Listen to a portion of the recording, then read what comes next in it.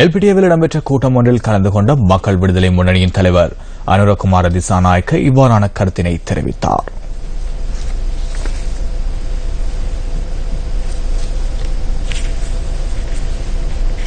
ரோசித ராஜபக்ச தொடர்பிலான பிரச்சினை தற்போது காணப்படுகின்றது. அவருக்கு என்ன நடந்துள்ளது?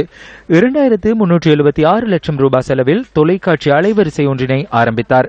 அவர் 2376 லட்சம் ரூபாவை எவ்வாறு பெற்றுக் கொண்டார் என போலீசார் கேட்கின்றனர். மஹிந்த ராஜபக்ச நாளை மெதமுள்ளவுக்கு சென்று, எமக்கு இவ்வளவு தென்னந்தோட்டம் உள்ளது, எனது சம்பளம் இவ்வளவு, இதன் மூலமே தொலைக்காட்சி அலைவரிசையை ஆரம்பித்தேன் என்று அவர் சொல்லுவார். இது தொடர்பில் சத்தம் போட்டு பேச வேண்டியதில்லை. அலடின் வந்து ஒவ்வொரு இரவும் யோசித்தவுக்கு கொடுக்க சொல்லி அவரின் தலையணைக்கு கீழ் பணம் வைத்து விட்டு சென்றுள்ளார். மக்களின் பணமே தவிர அவரின் பணம் அல்ல. எமது பணத்தை களவெடுத்துள்ளனர். அவர்களுக்கு தண்டனை வழங்க வேண்டுமா இல்லையா? தண்டனை வழங்குவதோடு மாத்திரமின்றி பணத்தை மீண்டும் கையகப்படுத்த வேண்டும்.